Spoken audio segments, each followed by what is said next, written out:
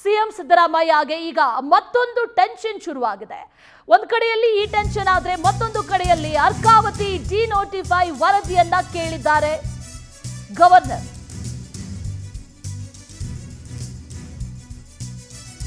ಕೆಂಪಣ್ಣ ವರದಿಯ ಬಗ್ಗೆ ಮಾಹಿತಿಯನ್ನ ಕೋರಿದ್ದಾರೆ ರಾಜ್ಯಪಾಲರು. ಸರ್ಕಾರಕ್ಕೆ ಪತ್ರವನ್ನ ಬರೆದಿದ್ದಾರೆ ರಾಜ್ಯಪಾಲ ಗೆಹ್ಲೋಟ್. ಸಂಪುಟ ಸಭೆಯಲ್ಲಿ ಈ ಕೆಂಪಣ್ಣ ಆಯೋಗದ ವರದಿ ಚರ್ಚೆ ಆಗಿದೆ.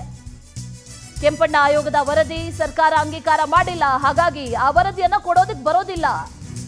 ಈ ಬಗ್ಗೆ ಸಂಪುಟ ಸಭೆಯಲ್ಲಿ ತೀರ್ಮಾನವನ್ನ ಮಾಡುವಂತ ಸಾಧ್ಯತೆ ಇದೆ. ರಾಜ್ಯಪಾಲರ ಸೂಚನೆಯನ್ನ ನಯವಾಗಿ ತಿರಸ್ಕರಿಸೋದಕ್ಕೆ ಚಿಂತನೆಯನ್ನ ಮಾಡಲಾಗ್ತಾ ಇದೆ. ಇವತ್ತಿನ ಸಚಿವ ಸಂಪುಟ ಸಭೆಯಲ್ಲಿ ತೀರ್ಮಾನ ಆಗುವಂತ ಸಾಧ್ಯತೆ ಇದೆ.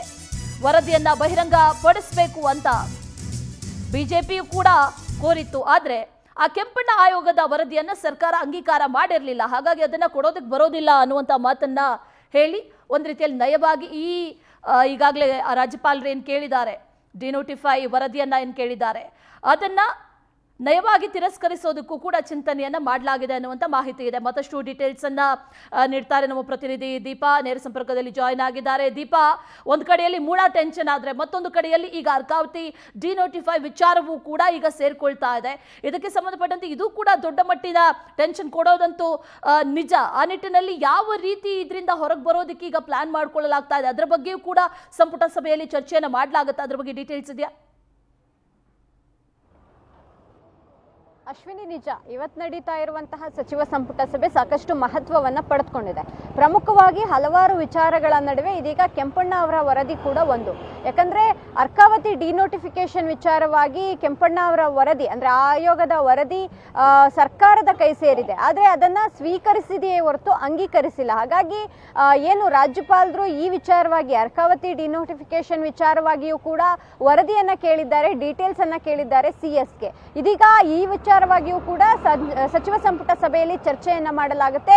ಸಂಪುಟ ಒಂದು ನಿರ್ಣಯವನ್ನ ಮಾಡುವಂತಹದ್ದು, ನಿರ್ಧಾರವನ್ನ ತೆಗೆದುಕೊಳ್ಳುವಂತಹ ಸಾಧ್ಯತೆಗಳು ಹೆಚ್ಚಿವೆ. ಯಾಕಂದ್ರೆ ಆ ಒಂದು ಕೆಂಪಣ್ಣ ಆಯೋಗದ ವರದಿ ಏನಿದೆ ಅದನ್ನ ಸರ್ಕಾರ ಸ್ವೀಕಾರ ಮಾಡಿದೆಯೇ ಹೊರತು ಅಂಗೀಕರಿಸಿಲ್ಲ.